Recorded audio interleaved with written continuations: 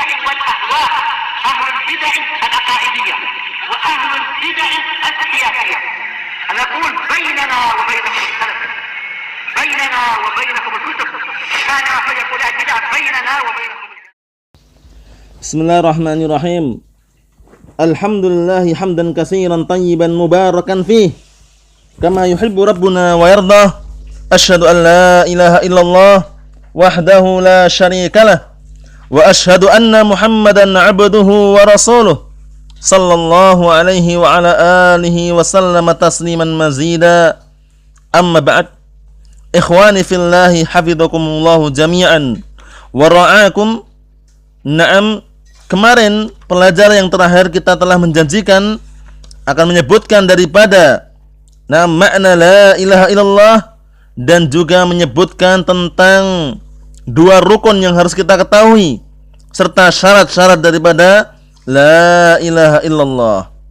Naam, ikhwani fillah hafizakumullah jami'an, bahwasannya kalimat la ilaha illallah sebagaimana yang dijelaskan oleh beliau Al-Imam Abu Abdullah Muhammad bin Abdul Wahhab An-Najdi At-Tamimi rahimahullah ta'ala, makna kalimat la ilaha illallah adalah la ma'buda bihaqqin illallah. Boleh kita takdirkan dengan lafaz bihaqqin, boleh dengan lafaz haqqun. Naam, la ma'buda bihaqqin illallah. Tidak ada sesembahan yang berhak untuk disembah kecuali Allah Subhanahu wa taala. Itu takdir yang benar.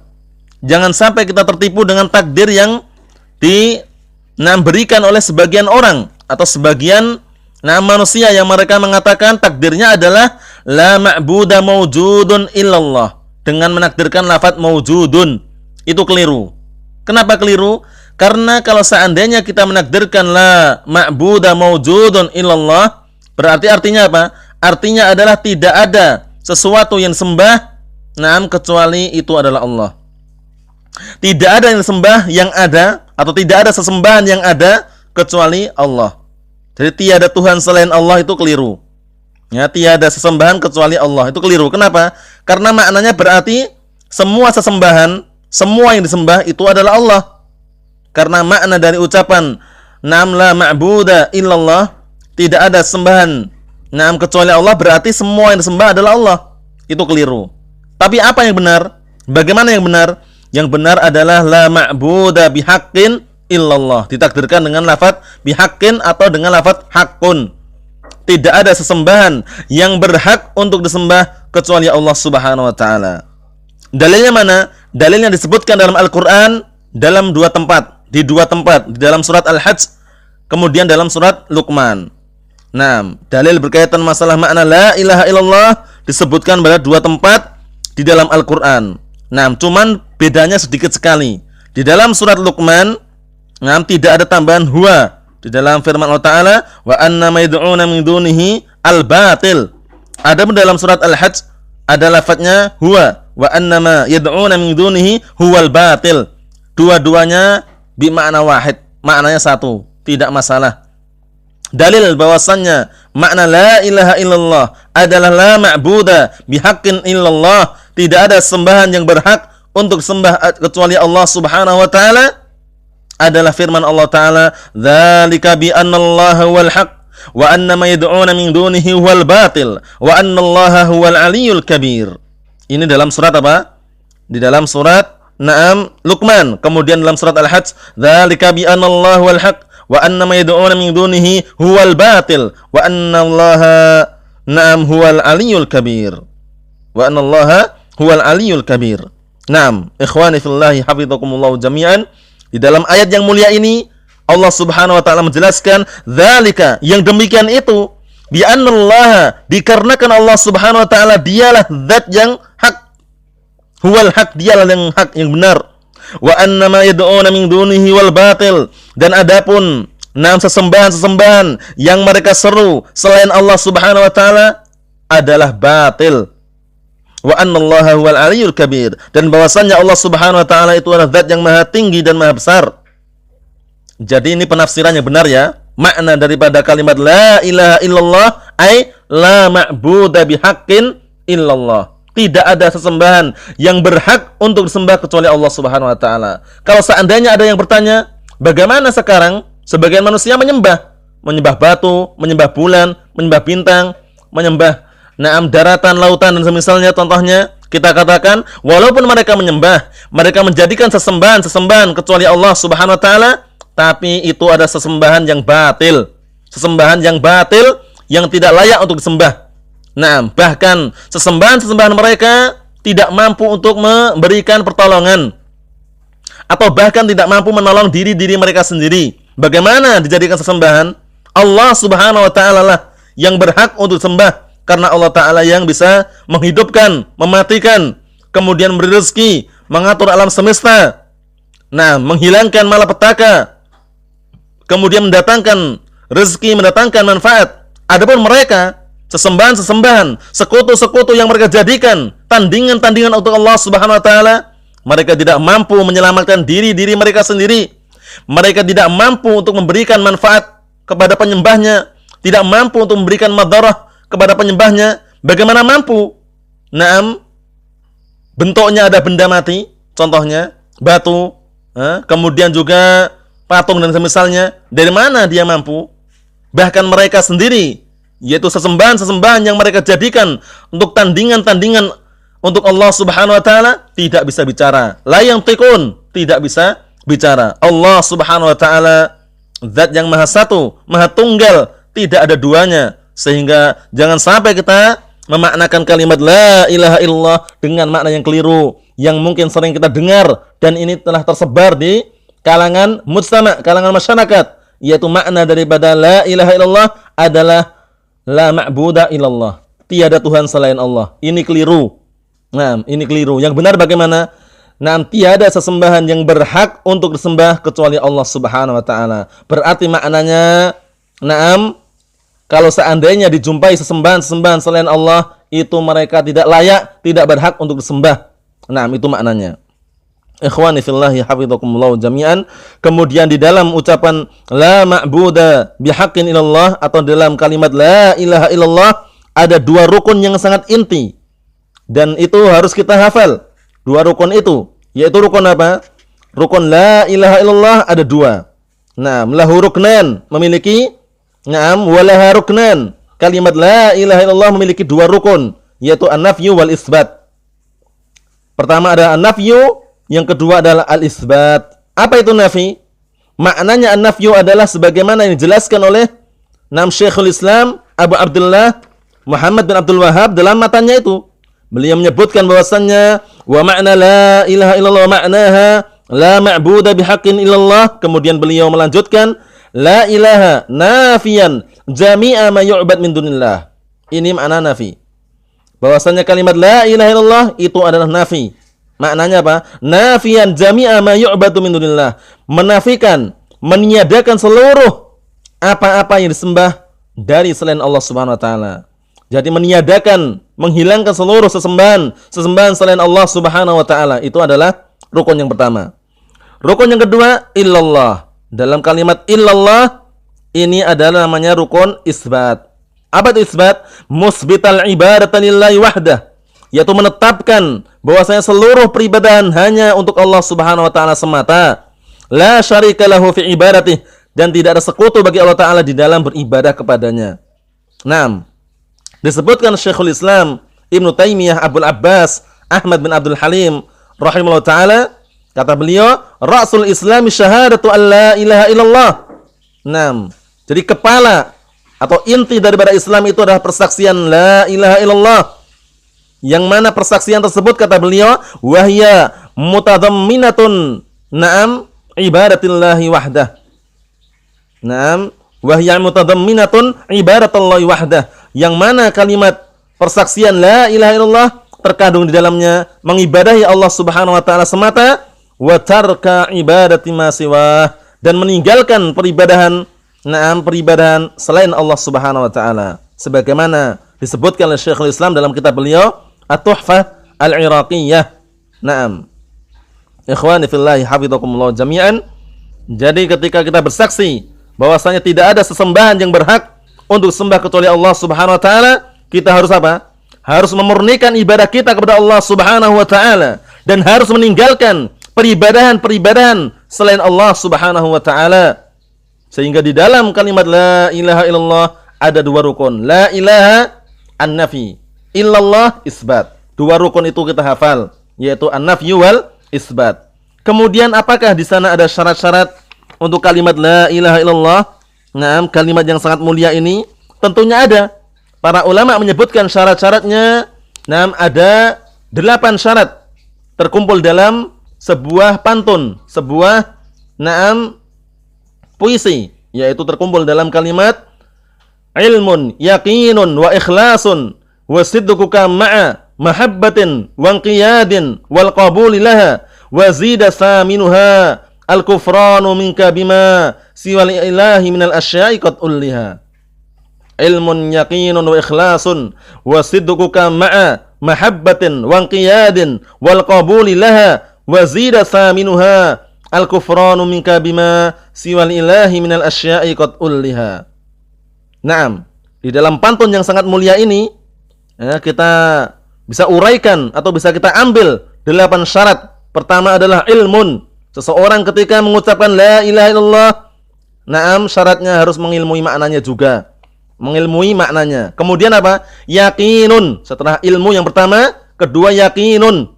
Meyakini bahwasannya benar-benar tidak ada sesembahan yang berhak untuk disembah kecuali Allah Subhanahu wa taala. Ilmun yakinun wa ikhlasun. Kemudian ketika dia menyatakan kalimat la ilaha illallah dan memahami maknanya, dia yakin kemudian ikhlas. Ketika mengucapkan kalimat tersebut, ikhlas mengharapkan wajah Allah Subhanahu wa taala. Bukan karena takut dengan manusia, bukan karena mengharapkan pujian manusia, bukan karena agar dilihat, tidak. Tapi memurnikan kalimat la ilaha illallah mukhlishan liwajhillahi azza wajal, dalam keadaan mengikhlaskan, mengharapkan wajah Allah Subhanahu wa taala. Itu syarat yang ketiga. Pertama adalah ilmu, kedua adalah yakin, kemudian yang ketiga adalah ikhlas. Ilmun yakinun wa ikhlasun. Kemudian berikutnya apa? Wasidquka. Kemudian kejujuran, sidq. Nah, jujur dalam mengucapkan, jujur dalam melafadzkan, yang tentunya dengan apa? Dengan bukti-bukti yang diterapkan dengan perbuatan. Ketika dia mengatakan la ilaha illallah, nah, mengatakan bahwasannya tidak ada sesembahan yang berhak untuk disembah kecuali Allah Subhanahu wa taala, tentunya dia harus mengamalkan dengan amalannya, yaitu tidak mengibadahi, tidak menyembah kecuali Allah Subhanahu wa taala. Tidak boleh dia mengatakan la ilaha illallah tapi masih menyembah berhala, ya, menyembah patung, menyembah bulan, bintang, meminta pada para wali, meminta pada orang-orang saleh dan misalnya. La, itu enggak boleh. Nah, yang pertama ada ilmu, yang kedua adalah yakin, yang ketiga adalah ikhlas, kemudian wasidquka ma'a. Nah, wasidquka, kemudian sidq, yaitu yang keempat adalah jujur. Kemudian apa? Wasidquka ma'a mahabbatin. Yang kelima adalah mahabbah, rasa cinta. Nah, bentuk cinta kita kepada Allah Subhanahu wa taala tidak menduakan, tidak menggandakan di dalam beribadah, hanya murni semata-mata Allah Subhanahu wa taala. Di dalam menyembelih, bernadar dan yang semisalnya murni untuk Allah Subhanahu wa taala. Qul inna salati wa nusuki wa mahyaya lillahi rabbil alamin. La syarikalah wa bidzalika umirtu ana awwalul muslimin. Allah Ta'ala telah berfirman, Qul, katakanlah wahai Rasulullah, inna salati, sesungguhnya salatku, wa nusuki, dan sesembelihanku, wa mahyaya, wa mamati, hidupku dan matiku, lillah rabbil alamin, untuk Allah Subhanahu wa taala, Rabb semesta alam, tidak untuk yang lainnya. Cukuplah Allah Subhanahu wa taala sebagai pemberi rezeki. Cukuplah Allah Subhanahu wa taala sebagai Rabb kita, sesembahan kita. Jangan sampai kita mencari Rabb-Rabb yang lain. Jangan sampai kita mencari sesembahan-sesembahan yang lain, yang tentunya yang lainnya itu adalah sesembahan yang batil, sebagaimana dalam ayat yang sudah kita sebutkan di pembahasan pertama tadi. Ikhwani fillahi hafidhakumullahu jami'an. Jadi permasalahan ini juga bukan permasalahan yang mudah, harus diterapkan dengan amalan-amalan. Nah, syarat yang berikutnya setelah kita mengetahui syarat yang pertama yaitu ilmu, kemudian yakin, yang kedua, yang ketiga adalah ikhlas, yang keempat adalah as-sidq, kejujuran, yang kelima adalah mahabbah, kemudian berikutnya apa? Wasidquka ma'a mahabbatin wa qiyadin. Kemudian yang berikutnya, yang keenam adalah inqiyad, tunduk. Dengan apa tunduknya? Kita tunduk kepada Allah Subhanahu wa taala dengan mentaatinya. Fi'lul awamir wastinabun nawahi. Kita mengerjakan perintah-perintah Allah Subhanahu wa taala dan menjauhi larangan-larangan Allah Subhanahu wa taala. Kenapa? Itulah bentuk ketaatan kita kepada Allah Subhanahu wa taala. Bentuk ketaatan kita kepada Allah Subhanahu wa taala menjalankan perintah-perintahnya dan menghindari atau menjauhi larangan-larangan Allah Subhanahu wa taala. Naam, ikhwani fillah hafizakumullah jami'an. Kemudian berikutnya, naam, setelah kita menyebutkan syarat yang kelima dan keenam, kemudian wasidquka ma'a mahabbatin wa qiyadin wal qabulillaha. Naam, yang ketujuh al-qabul, menerima, pasrah. Nah, dengan adanya kalimat la ilaha illallah, kita menerima tidak ada sembahan yang berhak untuk sembah kecuali Allah Subhanahu wa taala. Terima, tidak boleh kita berkeluh kesah kemudian meninggalkan sesembahan kita yang hak yaitu Allah Subhanahu wa taala, beralih kepada yang lainnya. Jangan. Jangan sampai kita merasa suudzan billah. Ya, suudzan billah. Jangan sampai kita merasa suudzan billah azza wajal. Berburuk sangka dengan Allah Subhanahu wa taala.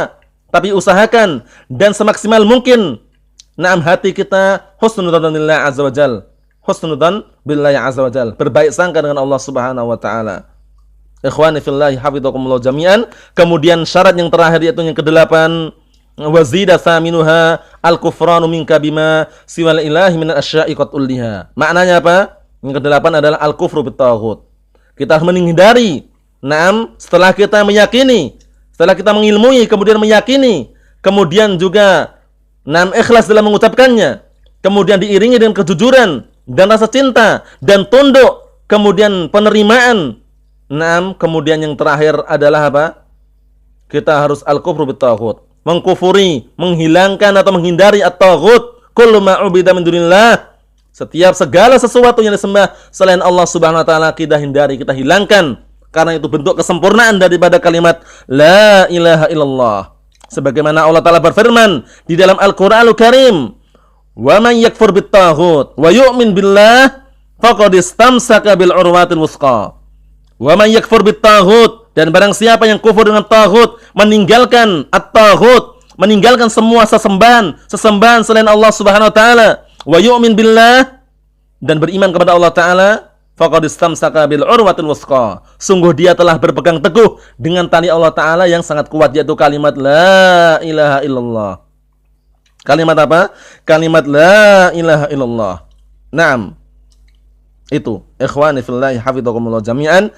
Sehingga sudah kita sempurnakan dua rukun daripada kalimat la ilaha illallah, kemudian 8 syurut, 8 syarat daripada kalimat la ilaha illallah. Dua rukun adalah apa? An-nafyu wal isbat, penetapan dan peniadaan, meniadakan seluruh sesembahan yang selain Allah Subhanahu wa taala. Wal isbat, menetapkan bahwasanya peribadahan seluruh jenis peribadahan hanya untuk Allah Subhanahu wa taala. Kemudian 8 syarat yang sudah kita sebutkan. Pertama adalah ilmu, kemudian kedua adalah yakin, kemudian yang ketiga adalah ikhlas, kemudian yang keempat adalah as-sidq, kejujuran, kemudian yang kelima adalah al-mahabbah, rasa cinta, kemudian al-inqiyad, tunduk, ya, yang keenam, kemudian yang ketujuh adalah al-qabul, penerimaan, kemudian yang kedelapan adalah al-kufru bit-taghut. Maka barang siapa yang benar-benar mengucapkan kalimat la ilaha illallah khalisan min qalbih dakhalal jannah, yang dalam keadaan dia mengikhlaskan dari lubuk hatinya, maka dia akan masuk surga dengan cara tadi itu, menerapkan, mengamalkan daripada ucapan tersebut, bukan sekedar ucapan saja. Bukan sekedar omongan-omongan, penetapan, pengakuan, aku sudah mengakui, aku sudah mengucapkan, walaupun aku tidak beramal, tidak masalah, itu keliru, tetap beramal. Sebagaimana Rasulullah bersabda, "I'malu fakullun muyassarun lima khuliqalah." Beramalah kalian, karena masing-masing orang itu akan dipermudah dengan apa yang Allah Ta'ala ciptakan untuknya. Ikhwani fillahi hafizakumullah jami'an. Sehingga beliau menyebutkan dengan makna yang sangat jelas dan gamblang.